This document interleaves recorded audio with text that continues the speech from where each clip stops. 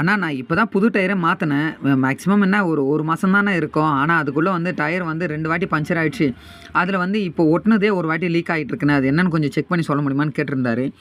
இப்போ ஒட்டுன இடத்துல வந்து நம்ம மறுபடியும் போடுறதுக்கான காரணம் என்னன்னாக்கா, அவர் வந்து மஷ்ரூம் பஞ்சர் நான் போட சொல்லிட்டேன். ஆனால் அவர் வந்து இப்போதைக்கு தற்செயலா நான் வெளியே போகணும். அதனால் நீங்கள் இப்போதைக்கு டியூப்லெஸ் பஞ்சர் மட்டும் போட்டு கொடுங்க அப்படின்னு சொன்னார்.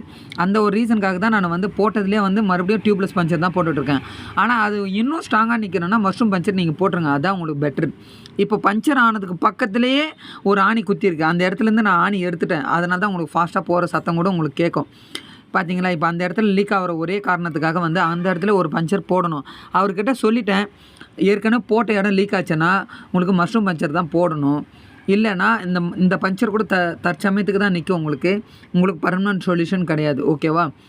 இப்போல்லாம் நிறைய வண்டி வந்து இப்போ போட்ட இடத்துல நிறைய லீக் ஆகிட்டு இருக்கு. இப்போ மஷ்ரூம் பஞ்சர் தான் இப்போதைக்கு பெட்டராக இருக்குது. என்கிட்ட வந்து டியூப்லெஸ் பஞ்சர் இருக்கிறதுனால தான் இது போட்டுட்ருக்கேன்.